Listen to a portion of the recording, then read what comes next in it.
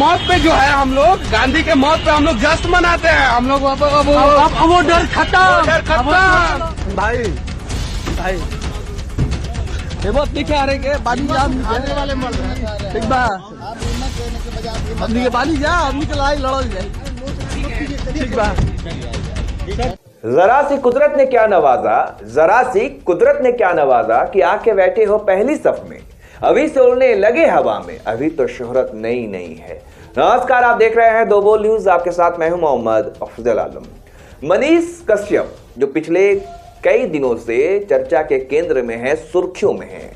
आपको पता होगा कि बिहार पुलिस ने इन्हें गिरफ्तार कर लिया है। आप जान भी रहोगे अच्छे से कि जब इनके घर पर पुलिस कुर्की करने पहुंची, जब इनके घरों को सामान में ट्रैक्टर में लदा गया, मनीष कश्यप भागे भागे दौड़े दौड़े थाने पहुंच गए और इन्होंने कहा कि भाई मैंने आत्मसमर्पण कर दिया है। मनीष कश्यप को पकड़ने के लिए, दबिश देने के लिए पुलिस जो है कई दिनों से फिराक में थी, लेकिन ये फरार चल रहे थे। सन ऑफ बिहार कहलाने वाले मनीष कश्यप, जी हां, जो पत्रकारिता का धौंस दिखाकर, पत्रकारिता का रोब दिखाकर और माइक के साथ जिस तरह से गुंडागर्दी करते थे, वो सबके सामने खुल करके आ गया कि ये पत्रकार नहीं बल्कि पत्रकारिता का लवादा ओढ़कर, पत्रकार का चोला ओढ़कर ये एक नंबर का सड़क छाप है, गुंडा है, गुंडागर्दी करता है और सड़क का क्या करता, सड़क पर का क्या है, मवाली है।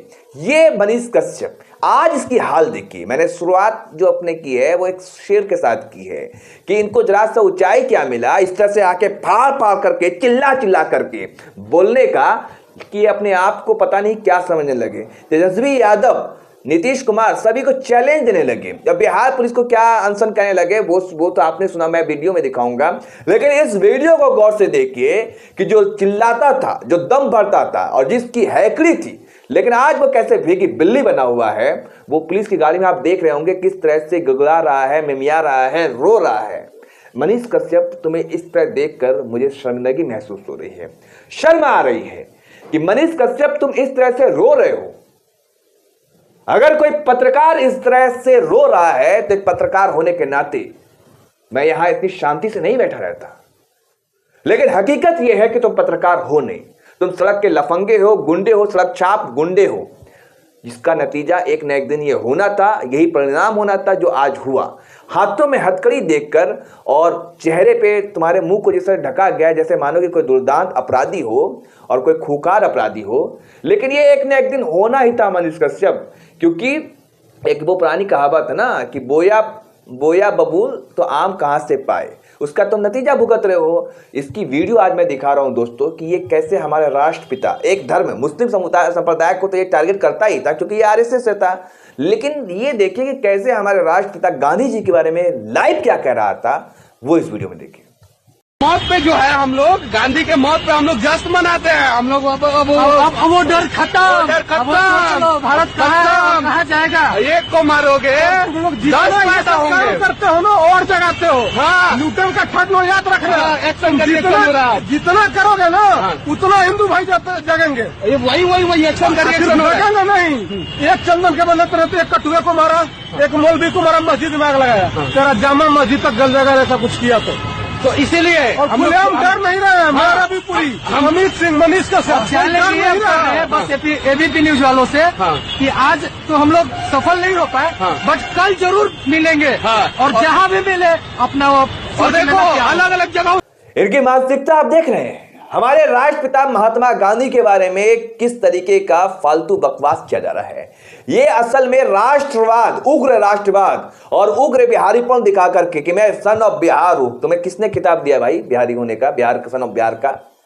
बस दो चार बातें चिल्ला देने से और आंखें निकाल करके और गुस्से में किसी को माइक लेकर के डांट देने से और माइक से मार देने से क्या कोई पत्रकार कहलाने लगता है? पत्रकारिता का उसूल भी जानते हो, पत्रकारिता के इथिक्स भी जानते हो, पत्रकारिता का लॉ भी जानते हो, क्योंकि पत्रकारों को गाइडलाइंस फॉलो करनी होती है, कुछ उसूल होते हैं, कुछ इथिक्स होता है। लेकिन भाई साहब ने सब कुछ को ताक पर रख दिया, सब कुछ को कहते हैं ना जिसको सब कुछ को इग्नोर कर देना। माइक के दम पर कैसे लोगों के साथ बदतमीजी करते थे, कैसे उगाई करता था यह शख्स, किस तरह से गुंडागर्दी करता था यह शख्स, वो सब कुछ खुल गया है। क्योंकि 44-42 लाख रुपए इसके अकाउंट से फ्रीज किया है दिल्ली बिहार पुलिस ने। कैसे आखिर कोई पत्रकार 42 लाख रुपए दो साल में कमा सकता है? क्या बता पाएंगे मनीष कश्यप?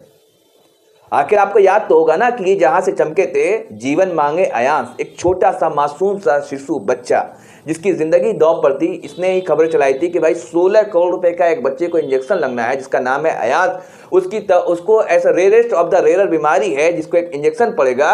इसके लिए आप लोग हर बिहारी 1.5 रुपया दे। इसने कैंपेन चलाया था। लोगों ने जिसके पास जैसी हैसियत थी इसको पैसा दिया। वो पैसा कहां गया मनीष कश्यप? इस तरह से इसने दलाली की, इस तरह से इसने भ्रष्टाचार किया, इस तरह से इसने उगाही की और लोगों को सिंपैथी बटोर करके आज यहां तक पहुंचा।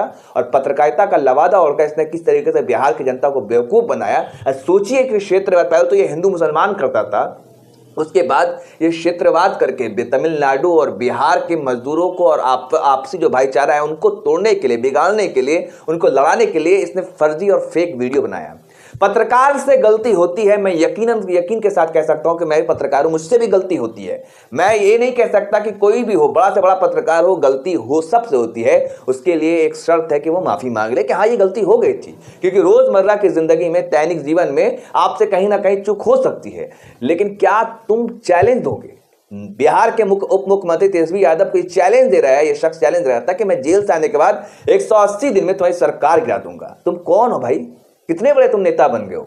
ये वीडियो भी देखिए आप। अगर गिरफ्तार हुआ मैं तेजस्वी यादव जी तो चैलेंज है, आप जितना मेरा कुंडली खंगालेंगे उससे 100 गुना ज्यादा कुंडली मैं आपका खंगालूंगा, एकदम गारंटी। और जेल से आने के बाद 180 दिन के अंदर आपकी सरकार गिरा दूंगा तेजस्वी यादव जी, अगर मुझे गिरफ्तार किया गया। यादव जी, जितना मेरा कुंडली खंगालिएगा ना, मैं उससे कई गुना ज्यादा खंगालूंगा।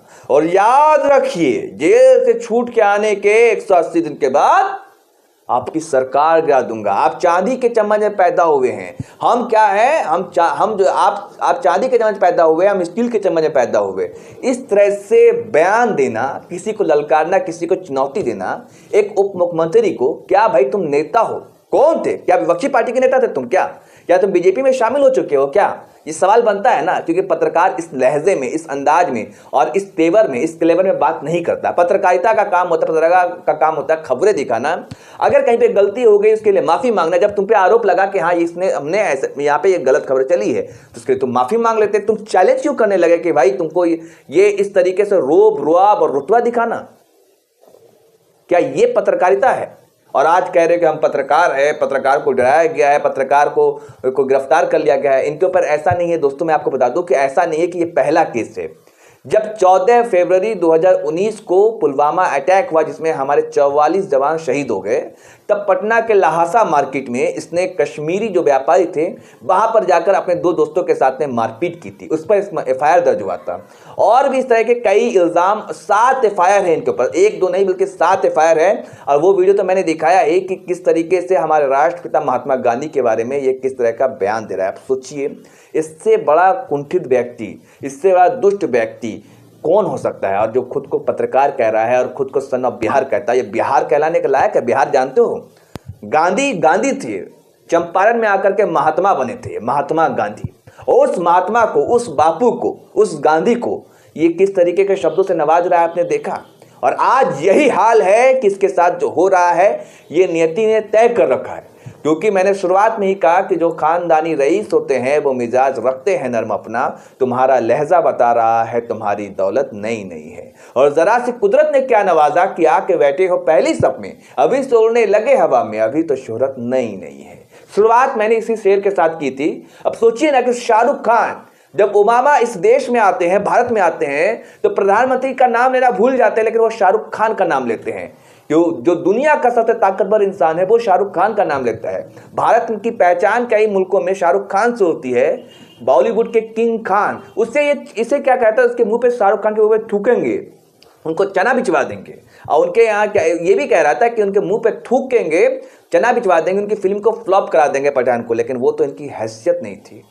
और शाहरुख खान कहाँ शाहरुख खान और कहाँ क्या अलापबाजी ये कर रहे थे, वो भी मैं चाहूंगा एक छोटा सा क्लिप देखिए कि क्या किस बदतमीजी के साथ ये बात कर रहे हैं। एक बार शाहरुख खान से पूछ लेना गुटखा का टेस्ट कैसा आता है। हम भी ढूंढ रहे हैं, जिस दिन शाहरुख खान मिलेंगे ना, हम उनका जो प्रचारवा करते हैं ना, वो गुटखा खाएंगे और खाने के बाद उनके मुंह पे थूकेंगे और पूछेंगे टेस्ट बताइए कैसा है। शाहरुख खान बताएंगे अच्छा है तो हम खाएंगे आगे से, और शाहरुख खान कहेंगे नहीं नहीं नहीं इसका टेस्ट बहुत खराब है तो छोड़ देंगे। तो हम बोलेंगे कि पूरा देश से बोलिए कि गुटखा का ऐड करना, गुटखा खाना छोड़े। तो दोस्तों इस पर आपकी क्या राय है? क्या बिहार पुलिस ने इन्हें गिरफ्तार करके सही किया? क्या बिहार पुलिस के सामने जिस तरह से ये रो रहा है, गिड़गिड़ा रहा है, जो सन ऑफ बिहार कभी दहाड़ता था शेर की तरह, कभी ललकारता फटकारता और चिल्लाता था, चीखता था, आज जो ये हरकत ये ठीक है? और ये जिस तरह से इसके चेहरे को ढका गया है, क्या आप इस पर क्या कमेंट करते हैं? आपकी क्या राय है? आप कमेंट कर हमें जरूर बताएं। धन्यवाद।